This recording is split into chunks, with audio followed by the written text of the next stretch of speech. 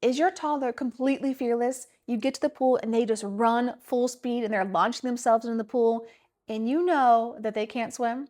Or maybe they're kicking really hard and their chin's really held high, but they're not really going anywhere and then maybe they're sinking down vertical into the water. You may also notice that they aren't using their arms either. These are all things that happen when children wear puddle jumpers. This is not your fault. I don't want you to feel like I'm judging you. It's hard when all you see online are things like put a life jacket on your child, don't let your child swim alone. So we put these life jackets on them. So let's talk about what's really happening when we wear those puddle jumpers. I'm Amanda, and I have taught lessons for nearly 15 years now, and I see it all the time where children have this false sense of confidence. They think they can swim, they run right into the water, and they need someone to pull them back out. So let's talk about the few things that your child is learning when the puddle jumper goes on them. And don't worry, in the next video, we're going to talk about how to fix all of these things. The biggest thing that the puddle jumper teaches children is that they think they can swim alone. How many times maybe you've seen this or it's happened to you? The puddle jumper goes on the child, it's buckled, the kid walks towards the pool, the parent turns their back, maybe walks away from the pool or gets stuff out of the bag, and the kid is walking into the water by themselves. I was at a busy pool and I saw this happen.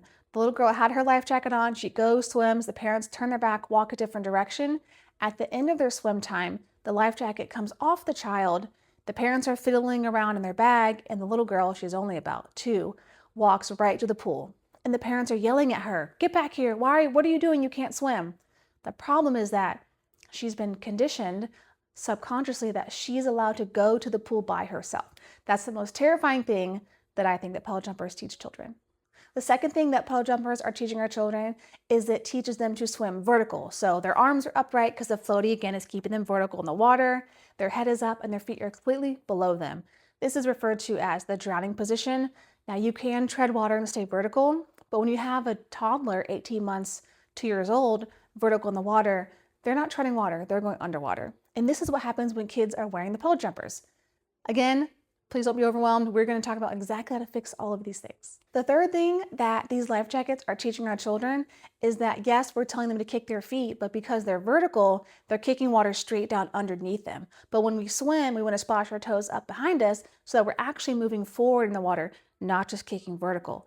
So that when the life jacket comes off, they're not just vertical, kicking their feet, they're actually putting their face down and kicking. The fourth thing that puddle jumpers are teaching children, which ties into the third thing, is it keeps their head up out of the water. Another habit that you'll see from kids who wear life jackets for a long time is they won't put their face under because they never had to. So they get afraid, they get scared, or the water gets on their face and then they cough or choke on it because they've never had to learn breath control.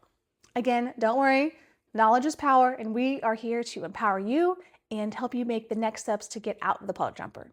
Another thing that puddle jumpers are teaching our children is to be dependent on the floaty. You may have experienced this firsthand. I've seen a lot of kids who have started swim lessons with me, but because they have worn the floaty for so long, they come into the water and they're terrified because they've never learned to truly float. The floaty has done all the work for them. So you take off the floaty and they don't know how to relax and stabilize, so they sink. So they have a hard time emotionally taking that next step, or they're simply dependent on it. Or a lot of times with older children, 3, 4, 5 years old, they know the floaty is why they can swim, and when they take the floaty off, they know they can't swim. So you'll hear them crying and screaming for the floaty, and that can be a very hard habit to break.